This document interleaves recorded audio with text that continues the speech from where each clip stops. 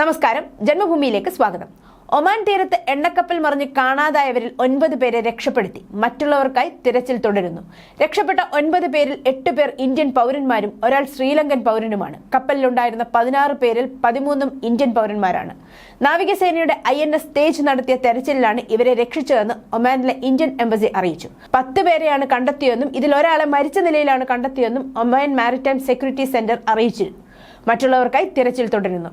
Ras മദ്രാക്ക ഉപദ്വീപിൽ നിന്ന് 25 nautical mile തെക്കുകിഴക്കാണ് അപകടമുണ്ടായത്.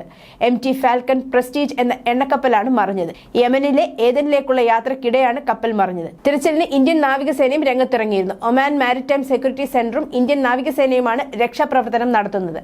ഞായറാഴ്ച പ്രാദേശിക സമയം രാത്രി 10 മണിയോടെയാണ് അപകടം. പരിക്കേറ്റ 3 ഇന്ത്യക്കാരെ ഒമാനിലെ കൗലയിലുള്ള ആശുപത്രിയിൽ പ്രവേശിപ്പിച്ചെന്ന് ഇന്ത്യൻ എംബസി അറിയിച്ചു.